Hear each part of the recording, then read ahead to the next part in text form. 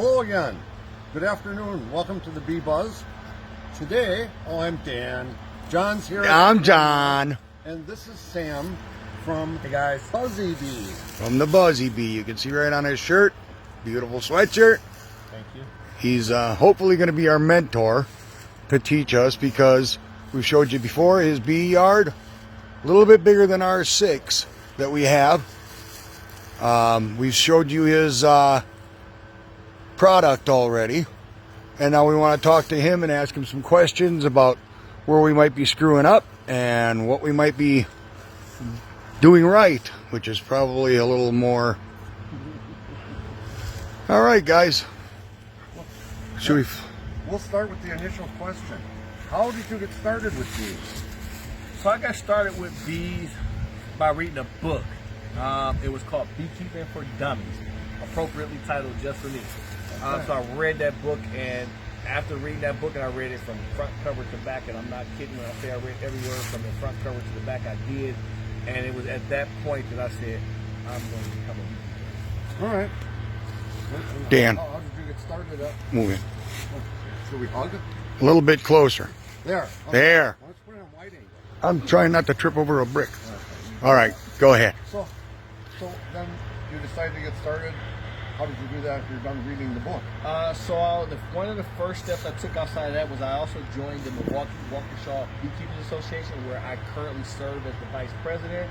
Okay. And joining that association allowed me the opportunity to network and communicate with other local beekeepers, whether they were hobbyists or even some other commercial guys as well. Wow, okay. And you started out with 8 hives, 5 hives? So the first time we purchased bees, it was 2 packages. I was encouraged to not buy 1, to buy 2.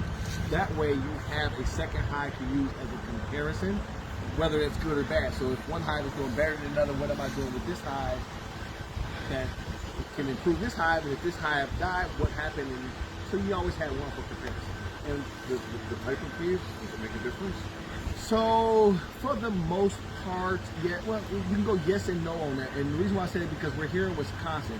There are some bees that are genetically more used to like colder weathers versus some other bees. That's where that kind of boils down. Okay, because they got to survive 4 months.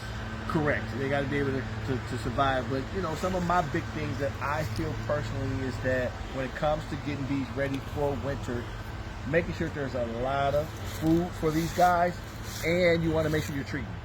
The varroa mite is real and very serious. It will take a hive out right away in winter time. Okay, so there's a treatment for that? There is a treatment. There are several treatments that people use. So you have things like formic acid pro, Apivar. So those kind of things are for mite treatments. And when you are using those processes, make sure that you are following the manufacturer's recommendations, because there are some things that deal with temperatures and how long they should be on the hive. So there's things you want to make sure you read those instructions and following those instructions as recommended for the team. Okay. How many? Go ahead. Oh, smack me right in my head. See that bee? Well, you're in it. Call a cop. How many times a month or year do you harvest your honey? So this year particularly I did twice. I had my first harvest. It was kind of a dry year. It started off pretty dry. I harvested once in the beginning of July, and then right away again at the beginning of August, because that's when I end my harvest season. By the end of the first week in August, I want to be done pulling honey. Okay. To And get let them these build guys, up their yep, to food. allow these guys to build up their reserves. Okay. Yes. Good.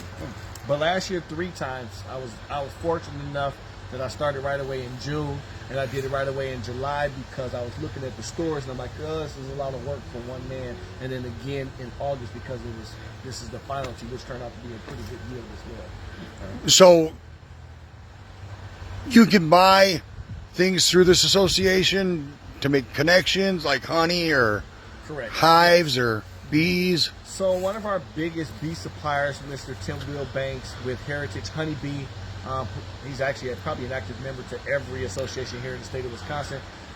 So he's out in Sullivan, Wisconsin. So you have resources like that, Capital Bee Supply.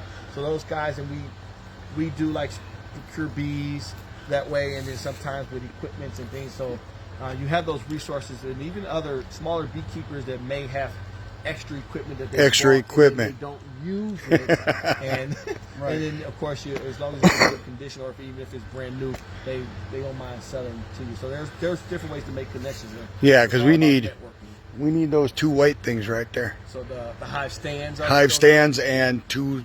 So yeah, so Too bottom little. boards are different than hive stands. That specifically would be considered a hive stand.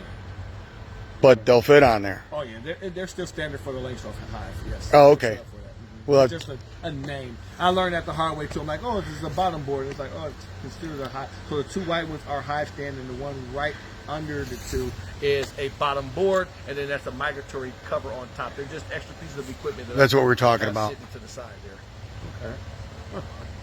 So yeah, we're gonna need two of those and two, not supers. What are the other ones? The deep. So Yeah. The deep method. Yep. The deep. Right. We'll need two of those. So If for you, root box. if you got extra, Yep. we'll talk about that after the film. So your wife, you had a job.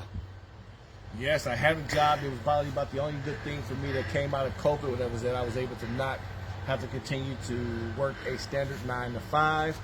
I was able to put more focus into to my hobby with the bees, and I increased every year since then. So And you just made a full-time job out of it. Full-time job out of it, correct. That's great. How That many is hives do you super. run now? So I'm about 100 hives. I think I'm at about 100, maybe 110 or so. Yeah, about- Okay, so you have how many yards? So I have a total of 6 different yards. So my home yard, and then there's 5 others from Big Bend, North Prairie, Wells, and Warnerville, Genesee as well. Wow. So you guys got his number. So if you want to get a hold of him, try to get some honey or we'll get some information.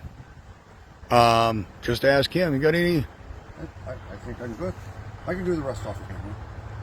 Yeah, we could do that. There's nothing else I want to ask.